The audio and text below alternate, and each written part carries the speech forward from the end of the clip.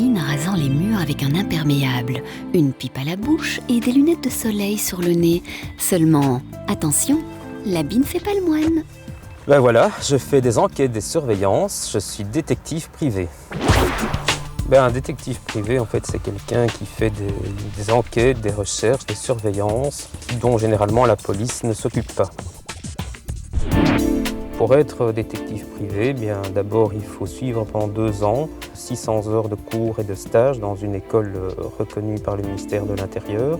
Il y a une enquête, je dirais, qui est faite sur la personne et si elle répond à toutes les conditions de moralité, de probité, elle peut obtenir alors son agrégation. Les qualités maîtresses pour exercer ce métier, c'est aimer un petit peu se faire du cinéma, un peu mentir, un peu se déguiser, ce qui fait en fait l'attrait du métier, je pense. Parfois, pendant 24 heures, donc il faut prévoir dans la voiture ou dans l'endroit où on se trouve, de quoi boire, manger et puis même pouvoir se soulager, se faire un petit pipi éventuellement. Ce qui est difficile aussi, c'est d'avoir les yeux rivés sur un objet ou sur une personne ou sur une entrée pendant un nombre d'heures infini, parce que c'est pendant ces moments-là, évidemment, que ça risque de sortir ou de bouger, et on a perdu tout si on n'a pas observé.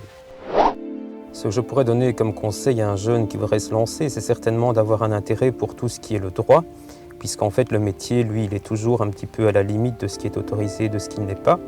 Par exemple, si on photographie quelqu'un dans une propriété privée, quand la photo va arriver devant le juge, il va la considérer comme non recevable, puisque c'est une violation de la vie privée.